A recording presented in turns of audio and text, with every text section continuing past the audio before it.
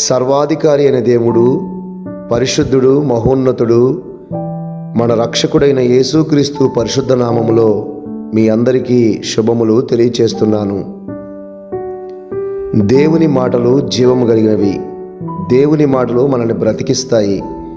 అలాంటి గొప్ప దేవుని మాటలు ఈ ఉదయకాలం వింటూ మన దైనిక జీవితాన్ని ప్రారంభిద్దాము. 2వ రాజుల గ్రంథము 20వ అధ్యాయము 5వ వచనము. నేను నిన్ను బాగు చేసేదను అని రాయబడి ఉంది. ఇక్కడ రాయబడిన ఈ వాక్యము కేవలము అనారోగ్యంగా ఉన్న ఒక వ్యక్తిని బాగు చేయడానికి దేవుడు మాట్లాడిన మాటలైనప్పటికీ, దేవుని యొక్క శక్తి సామర్థ్యాలు తెలిసిన వాడిగా, దీనదాసునిగా ఈ ఉదయకాలం కొన్ని మాటలు మీకు తెలియచేస్తున్నాను.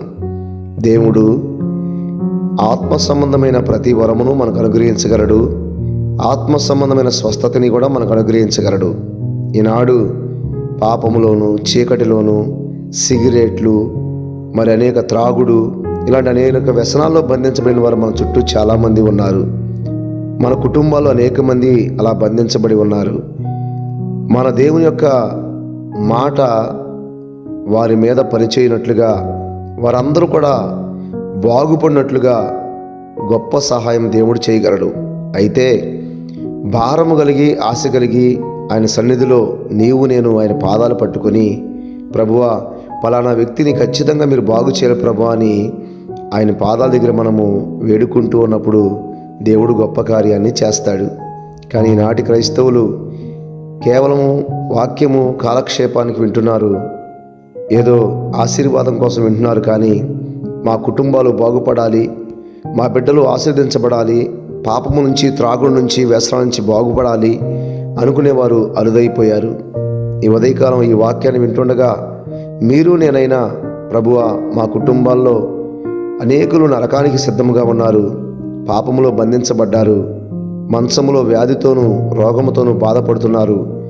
అటు శారీరక సంబంధమైన స్వస్థతను, ఇటు ఆత్మ సంబంధమైన విడుదలను దేవుడు వారికి ఇచ్చినట్లుగా ప్రభు పాదాలు పట్టుకొని ప్రార్థన చేద్దాం. ప్రేమగల తండ్రి, దయగల ప్రభువా నీకు వందనాలు. ఈ ఉదయకాలం నీ పాదాలు పట్టుకుంటూ వేడుకుంటున్నాము.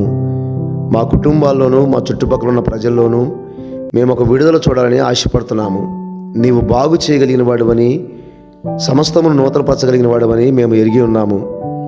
మా కుటుంబాలను కట్టిన నీవు మా కుటుంబాల్లో ఇంకా మిగిలి ఉన్న వారిని కూడా బాగు చేయమని, స్వస్థపరిచి బలపరచమని, ఏ వ్యక్తిని కూడా సంఘాల్లో వ్యాధిగ్రస్తులుగాను, కృంగిన వారుగాను, వ్యసనాలతో ఉన్నవారుగాను, లేకపోతే ఆర్థిక ఇబ్బందుల్లో పడి ఉన్నవారుగాను ఉంచకుండా అన్ని విషయాల్లో అందరినీ బాగు చేసి గొప్ప కార్యాన్ని మా కుటుంబాల్లో, సంఘాల్లో, మా చుట్టూ ఉన్న సమాజంలో మేము మా కనులారా చూసినట్లుగా ఒక చక్కటి కార్యం జరిగించమని, ఈ మాటలు వింటున్న నీ బిడ్డలందరినీ కూడా మీరు ఒకసారి జ్ఞాపకం చేసుకొని బలపరచమని, నీ నామమునకు మహిమా, ఘనత, ప్రభావములు చెల్లిస్తూ మా రక్షకుడి నీ ప్రియకుమారుడైన యేసుక్రీస్తు నామములో ప్రార్థించి అడిగి వేడుకొని పొంది ఉన్నాము మా పరమ తండ్రి.